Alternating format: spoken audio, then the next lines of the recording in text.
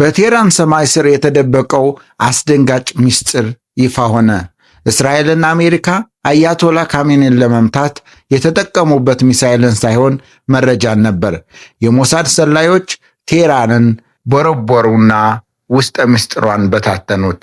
የሞሳድ ሰላዮች ቴህራንን ቦርቡረውና በርብረው በመግባት የመሪውን የደህንነት መዋቅር ከውስጥ ሆነው በዝምታ አፈራረሱት፣ በታተኑት። ጥበቃዎቻቸው መቼ ሻይ እንደሚጠጡ እንኳ ሳይቀር እያዩ ለዓመታት ሲመለከቱ ቆዩ። ለዓመታት በዓይነ ቁራኛ ሲከታተሏቸው ቆይተዋል። ይህ ተራ ፍንዳታ አይደለም፣ የቴክኖሎጂ የበላይነትና ረቂቅ የስለላ ጥበብ ውጤት እንጂ። እንዴት የከተማዋ ካሜራዎች ለባለቤቶቻቸው የሞት ወጥመድ ሆኑ? አሁን ዝርዝሩን እንይ። በቴህራን ጎዳናዎች ላይ ንጋቱ እንደ ማንኛውም ቀን ሰላማዊና ጸጥተኛ ይመስል ነበር። የከተማዋ ነዋሪዎች ወደ ስራቸው ለመሄድ በሚጣደፉበት፣ የትራፊክ መጨናነቁ ገና በጀመረበት በዚያ ቀዝቃዛ ጠዋት የዓለምን የታሪክ መጽሐፍ ለዘላለም የሚቀይር አንድ ክስተት ተከሰተ። የአያቶላ ካሜኒ ሕይወት በድንገት በተሰነዘረ ጥቃት ማለፉ ተሰማ። ይህ ዜና ዓለምን ሲያናውጥ ብዙዎች ትኩረታቸውን ያደረጉት በፍንዳታውና በወታደራዊ ጥቃቱ ግዝፈት ላይ ነበር። ነገር ግን የዚህ ታሪክ እውነተኛና እጅግ አስገራሚው ምስጢር የሚጀምረው ከፍንዳታው ሰከንዶች በፊት ሳይሆን ከዓመታት በፊት በነበሩ ረቂቅ የደህንነት ኦፕሬሽኖች ነው። ይህ ታሪክ ስለሚበሩ ሚሳይሎች ወይም ስለ ድሮን ጥቃቶች ብቻ አይደለም። ይህ ታሪክ በመረጃ በቴክኖሎጂና በሰላዮች ረቂቅ ሴራ የተሸመነ የዘመናዊ ጦርነት ጥበብ ውጤት ነው።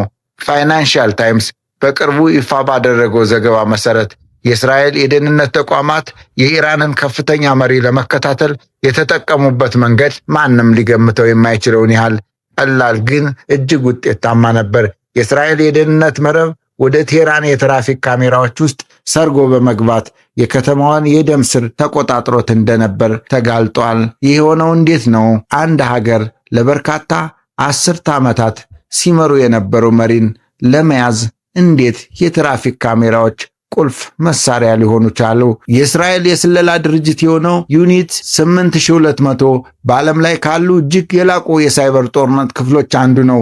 ይህ ክፍል ትኩረቱን ያደረገው መሪውን በቀጥታ መከታተል ላይ ሳይሆን በዙሪያ ያሉትን የጥበቃ አባላት እንቅስቃሴ በማጥናት ላይ ነበር።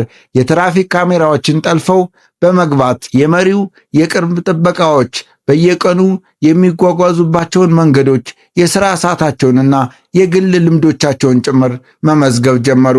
መረጃው የሚሰበሰበው በአንድ ጀንበር ሳይሆን ለበርካታ ዓመታት በትዕግስት ነበር።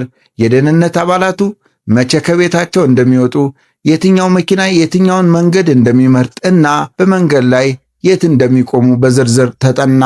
ይህ ግዙፍ የመረጃ ክምችት የኢራንን ከፍተኛ የደህንነት መዋቅር በቀላሉ እንዲበጠስ አድርጎታል። ቴክኖሎጂው ከመሪው ይልቅ የጥበቃዎቹን የልብ ትርታ ማዳመጥ ሲጀምር የመሪው መገኛ ቦታ ምስጢር ሆኖ ሊቆይ አልቻለም። በቴህራን ጎዳናዎች ላይ የተሰቀሉት እነዚያ ተራ የሚመስሉ ካሜራዎች ለኢራን መንግስት የትራፊክ ደህንነት መጠበቂያ ቢመስሉም ለእስራኤል ግን ወደ መንግስቱ እምብርት የሚወስዱ አይኖች ነበሩ። የስለላ ባለሙያዎቹ እያንዳንዱን የጥበቃ አባል ዲጂታል ፕሮፋይል በመገንባት ማን ምን ሰዓት ላይ የት እንደሚገኝ የሚያሳይ ግልጽ ካርታ አዘጋጁ። ይህ የዳታ ትንተና ስልት የሰው ልጅን ባህሪ ወደ ቁጥር በመቀየር መሪው ሊንቀሳቀሱ የሚችሉበትን ቀዳዳ ሁሉ ዘጋው። በዲጂታል ዘመን ጦርነት ማለት ግንባር ላይ መጋጠም ሳይሆን ጠላት ሳያውቀው የግል ሕይወቱን ምስጢር በእጅ ውስጥ ማስገባት መሆኑን ይህ ክስተት በተግባር አሳይቷል። ጥቃቱ በተፈጸመበት ዕለት በቴህራን የሚገኙ የሞባይል ኔትወርኮች በድንገት ተቋረጡ። ይህ በአጋጣሚ የሆነ ሳይሆን የጥበቃ አባላቱ እርስ በርስ እንዳይገናኙ የታቀደ የሳይበር ውጤት ነበር።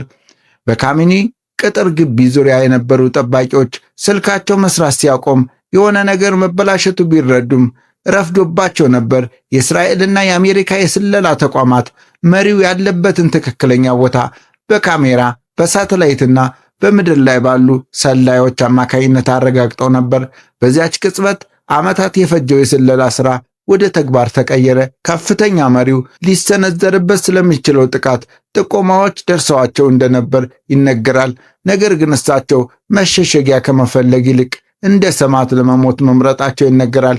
ይህ የጀግንነት ወይስ የሽንፈት ውጤት ነው የሚለው ጥያቄ እንደተጠበቀ ሆኖ ጥቃቱ ግን በቀን ብርሃን በከተማዋ መሃል ተፈጸመ። ይህ ኦፕሬሽን ለዓለም አዲስ የማስጠንቀቂያ ደወል ነው። ዛሬ ጦርነት የሚሸነፈው ብዙ ታንክ ባለው ሳይሆን የተሻለ መረጃና የሳይበር የበላይነት ባለው አካል ነው። የቴህራን የትራፊክ ካሜራዎች መጠለፍ የሚያሳየው የትኛውንም የመንግስት መሰረተ ልማት ከጠላቶች ጥቃት ነፃ አለመሆኑን ነው። ኢራን ለዓመታት የገነባችው የደህንነት መዋቅር በራሷ ቴክኖሎጂ አማካይነት ሲፈርስ ማየት ለሌሎች ሀገራትም ትልቅ ትምህርት ነው። መረጃ አዲሱ የጦርነት መሳሪያ ነው። ካሜራዎች ደግሞ አዲሶቹ ተተኳሾች ናቸው።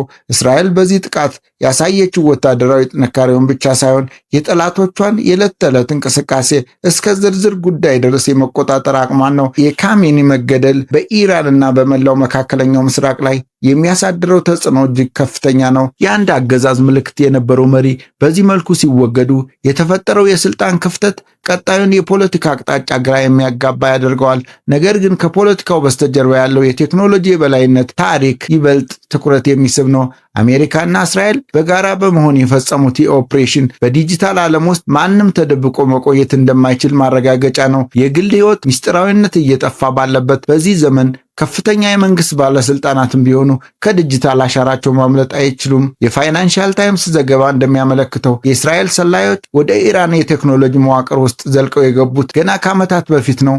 ይህ ማለት ግንኙነቱ የተቋረጠው ጥቃቱ ከመፈጸሙ ጥቂት ቀደም ብሎ ሳይሆን ለረጅም ጊዜ በጠላት ቁጥጥር ስር ነበር ማለት ነው። እያንዳንዱ እንቅስቃሴ፣ እያንዳንዱ የስልክ ጥሪ፣ እያንዳንዱ የመኪና ጉዞ ክትትል ይደረግበት ነበር። ይህ አይነቱ የስለላ ጥበብ ጠላትን ከውስጥ ሆኖ የማዳከምና የማጥቃት ስልት ነው። የኢራን ባለስልጣናት በደህንነት መዋቅራቸው ላይ የነበራቸው እምነት በቴክኖሎጂው ብልጫ ምክንያት ምስቅልቅሎ ወጥቷል። ወደፊት የሚደረጉ ጦርነቶች መልክ ምን ሊመስል እንደሚችል ይህ ክስተት ፍንጭ ይሰጠናል። ድንበር ተሻግሮ የሚመጣ ሰራዊት ሳይሆን ከኮምፒውተር ጀርባ ተቀምጠው ቁልፎችን በመጫን የሀገርን መሪ መቆጣጠር የሚችሉ የሳይበር ተዋጊዎች የጦር ሜዳውን የተቆጣጠሩት ነው። ቴህራን ውስጥ የተከሰተው ነገር በሌሎች ዓለም ክፍሎች ሊደገም የሚችል እውነታ ነው። የቴክኖሎጂ ጥገኝነት እየጨመረ በሄደ ቁጥር የደህንነት ስጋትም አብሮ ይጨምራል። የትራፊክ ካሜራዎች፣ ስማርት ስልኮችና የኢንተርኔት ትስስር ሁሉም ለጥቃት የተጋለጡ መንገዶች ናቸው። አያቶላ ካሜኒ በመጨረሻ ሰዓት ያሳዩት ጽናት ወይም የመሞት ፍላጎት በደጋፊዎቻቸው ዘንድ እንደ ትልቅ መስዋዕትነት ሊታይ ይችላል።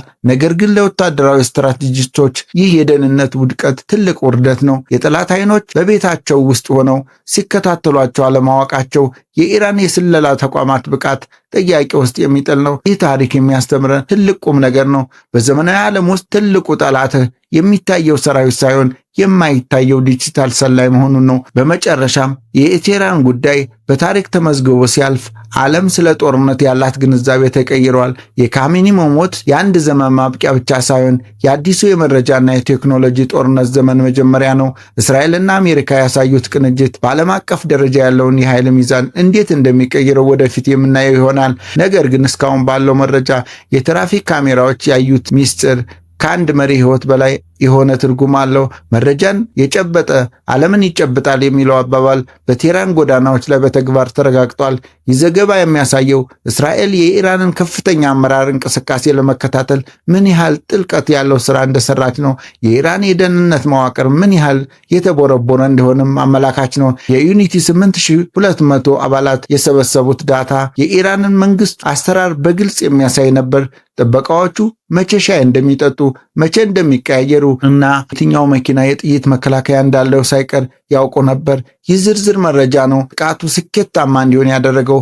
ጦርነት ማለት አሁን ትክክለኛውን ቦታና ትክክለኛውን ሰዓት ማወቅ ማለት ነው። በዚህ ታሪክ ውስጥ ትልቁ ቁም ነገር ቴክኖሎጂ ለደህንነት የሚሰጠው ጥቅም እንዳለ ሁሉ ለጥቃትም በር የሚከፍት መሆኑ ነው። ኢራን የከተማውን ደህንነት ለመጠበቅ የዘረጋችው የካሜራ መረብ የገዛ መሪዋን ለመግደል መሳሪያ ሆኖ አገልግሏል። ይህ ተቃርኖ በዲጂታል ዘመን የምንኖር ሁላችንም ሊያሳስበን የሚገባ ጉዳይ ነው። የምንጠቀምባቸው የቴክኖሎጂ ውጤቶች ሁሉ የእኛን እንቅስቃሴ ለመከታተል ሊውሉ ይችላሉ። የካሜኒ ታሪክ ለዓለም መሪዎች ትልቅ ማስጠንቀቂያ ነው። በዲጂታል አሻራቸው አማካይነት ጠላቶቻችሁ ከእናንተ በላይ ስለ እናንተ ሊያውቁ ይችላሉ። ይህ በቴህራን የተፈጸመው ድርጊት ወደፊት ሊመጡ ለሚችሉ ተመሳሳይ ኦፕሬሽኖች እንደ ሞዴል ሊያገለግል ይችላል። እስራኤል የደህንነት የበላይነቷን ያስመሰከረችበት፣ አሜሪካ ደግሞ ከቴክኖሎጂው በስተጀርባ ያላትን ድጋፍ ያሳየችበት ክስተት ነው። ዓለም አሁን ያለችበት ሁኔታ ከባህላዊ ጦርነት ወጣ ወደማይታይ ግን እጅግ አደገኛ ወደሆነ የቴክኖሎጂ ፊልማ የተሸጋገረችበት ወቅት ነው። በቴህራን ጎዳናዎች ላይ የተረጨው ደም የአንድ ትልቅ ታሪካዊ ለውጥ ምልክት ነው። እንደዚህ አይነት ጥልቅና አስገራሚ መረጃዎችን ማግኘታችን እንቀጥላለን። ይህ ታሪክ ስለ አንድ ሰው ሞት ብቻ ሳይሆን ዓለማችን እየሄደችበት ስላለው አዲስ የጦርነት ስልት ትምህርት የሚሰጥ ነው። መረጃ አዲሱ የዓለም ንብረት ነው። እሱን መቆጣጠር የቻለ ደግሞ የታሪክ አቅጣጫ የመቀየር አቅም አለው። የቴህራን ካሜራዎች ያዩት ሚስጥር ገና ብዙ የሚወራለት ታሪክ ነው። ስለዚህ ጉዳይ ያላችሁን አስተያየት ምንድን ነው? ቴክኖሎጂ ለደህንነታችን ዋስትና ነው ወይስ ለጥቃት ያጋለጠናል? በኮሜንት መስጫ ላይ ሐሳባችሁን አካፍሉን። ለተጨማሪ ተመሳሳይ አስገራሚ ታሪኮች ቻናላችን ሰብስክራይብ በማድረግ ቪዲዮንም ላይክ በማድረግና ሼር በማድረግ ተባበሩን። ሰላም ቆዩ።